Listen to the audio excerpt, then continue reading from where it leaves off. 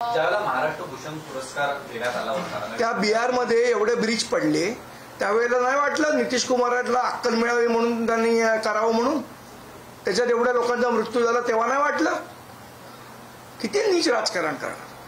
महाराष्ट्र भूषण ज्यावेळेला पुरस्कार देण्यात आला धर्माधिकाऱ्यांना त्यावेळेला पण त्यावेळेला चेंगराचेंगरीत मृत्यू झाला. अमित शहा उपस्थित होते त्यावेळेला नाही लाज वाटली.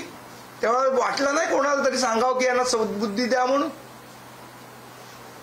बरोबर बोलत तुम्ही. संदीपजी त्यांनी असाही आरोप केला की शिवाजी पार्कवर एका दीपोत्सव कार्यक्रमामध्ये अख्तर यांनी केलेलं भाषण त्यांना चालतं. यांची मुलं जी आहेत ती फ्रेंच आणि इतर भाषा शिकतात ते चालतं पण मराठीसाठी मुळात असं आहे ज्यांच्या नेत्याचं आडनाव कुरेशी आहे त्यांनी आम्हाला शिकवायची गरज नाही. वेगळा प्रश्न युतीच्या बाबतीत वेगवेगळ्या चर्चा होत आहेत. दुसरीकडे विजय वडेट्टीवार असं म्हणतायत की माझं व्यक्तिगत मत असं आहे की आपण मनसेसोबत आघाडी जी आहे ही केली पाहिजे. या वक्तव्याकडे तुम्ही कशा पद्धतीने बघताय? मुळात आहे ना काँग्रेस पक्ष हा हमीभाव सारखा आहे. इथे पण पाय आहे, इथे पण पाय आहे, इथे पण पाय आहे, इथे पण पाय आहे, इथे पण पाय आहे. एक पाय इथे चालतो, एक पाय तिथे चालतो, एक पाय तिथे चालतो, एक पाय तिथे चालतो. मुळात ब्रेन त्यांच्याकडे कोणाकडे आहे म्हणजे मेंदू म्हणजे निर्णय क्षमता या पक्षात कोणाकडे आहे? पायांकडे आहे की मेंदूकडे आहे? वडेट्टीवारांचा पाय म्हणतो असं करूया, वर्षा गायकवाडांचा पाय म्हणतो असं करूया, भाई जगतापांचा पाय अजून तिसरीकडे चालतो, असलम शेखचा पाय चौथीकडे चालतो. मेंदू कोणाकडे आहे? पाय सगळ्यांचेच चालत आहेत, मेंदू कोणाचं चालणार आहे? त्यामुळे आजल्या रोजच्या वक्तव्यांना उत्तर द्यावं असं मला वाटत नाही. मुळात आमचा पक्ष महाविकास आघाडीचा भाग नाही हे काल मी स्पष्ट केलं, आज पुन्हा सांगतो. आम्हाला अजूनपर्यंत कोणाचाही अधिकृत प्रस्ताव कोणाच्याही मेंदूकडनं आलेला नाही. हे जे काय बोलतायत ते अमिबाचे पायच बोलतायत. अमिबाचा मेंदू काही बोलायला तयार नाही. त्या दिवशी मेंदू बोलेल त्या दिवशी आमच्याकडे ठोस प्रस्ताव येईल त्यावेळेला योग्य तो निर्णय सन्मान्य राजसाहेब ठाकरे घेतील. सिल्वर वॉकवर गेलेलं डेलिगेशन अमिबाच्या पायांना उत्तर द्यायची गरज नाही. सिल्वर वॉकवर गेलेलं डेलिगेशन हे पवारांनी मध्यस्थी करावं असं एकंदरीत प्रस्ताव घेऊन गेलं होतं असं समजतंय. सर उत्तर तेच झालं ना. सगळ्यांचे अमिबाचे पाय आहेत. डिसिजन कोण घेणार आहे यांच्यातलं? यांच्याकडे एकाकडे हे नाहीये डिसिजन घ्यायची ताकद किंवा अधिकार. मला सांगा हे डिसिजन घेऊ शकतात? वर्षा गायकवाड घेऊ शकतात, वडेट्टीवार घेऊ शकतात, बाळासाहेब थोरात घेऊ शकतात, हर्षवर्धन सकपाळ घेऊ शकतात.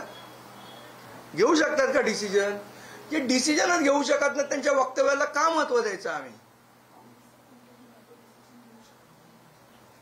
शरद पवार देखील मनसे एकत्र लढण्याचा विचार करतायत. जर पॉझिटिव्ह आहे, जर भाजपला हरवायचं असेल तर सगळ्यांनी एकत्र करायला पाहिजे असं त्यांच्या देखील पक्षाची भूमिका आहे.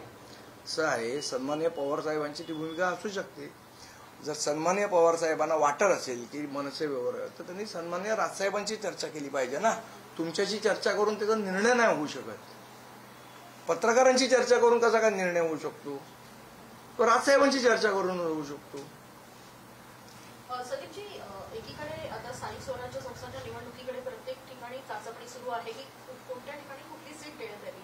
शिंदे गटाचे जे नगरसेवक आहेत त्यांच्या विरोधात मनसेच्या काही सीट देण्यासंदर्भात काही निर्णय झालाय का?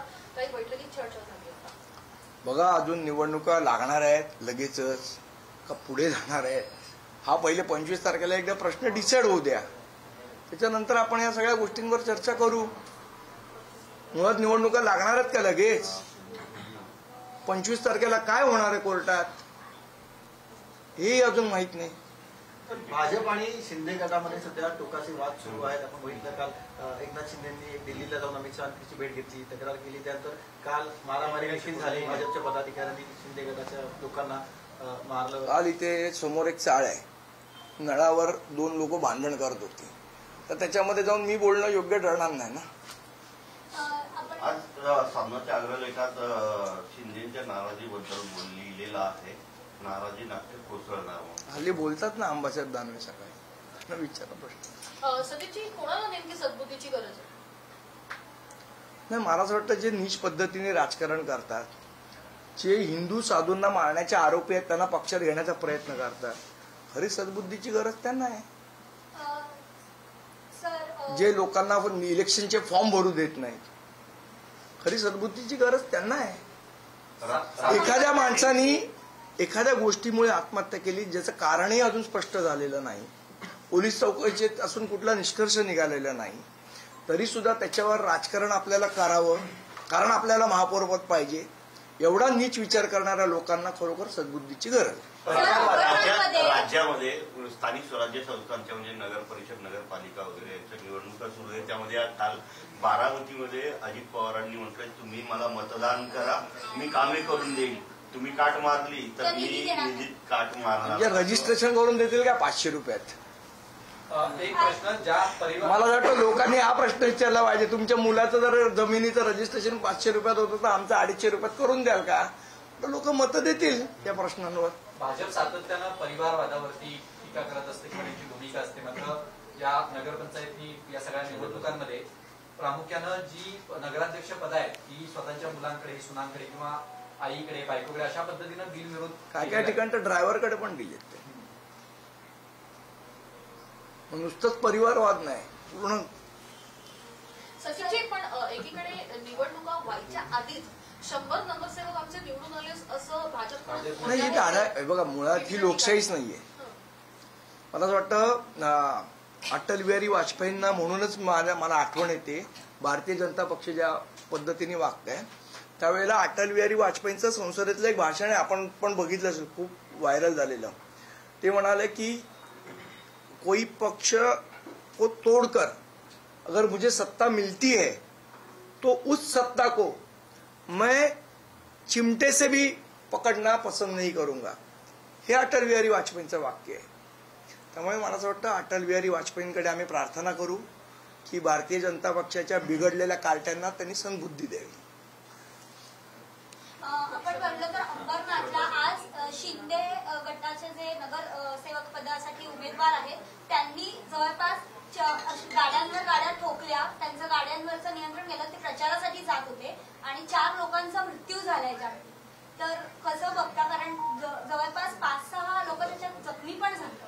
मला असं वाटतं ऍक्सिडेंट काय म्हणजे त्याचं नियंत्रण चुकून सुटलं, ब्रेक काय मला माहित नाही, त्याच्यावर काय भाष्य करणं योग्य करणार नाही. पण मृत्यू झाला ही अत्यंत दुःखदायक गोष्ट आहे. कोणाचाही मृत्यू होणं दुःखदायकच गोष्ट आहे. कोकणामध्ये चला मनसेचं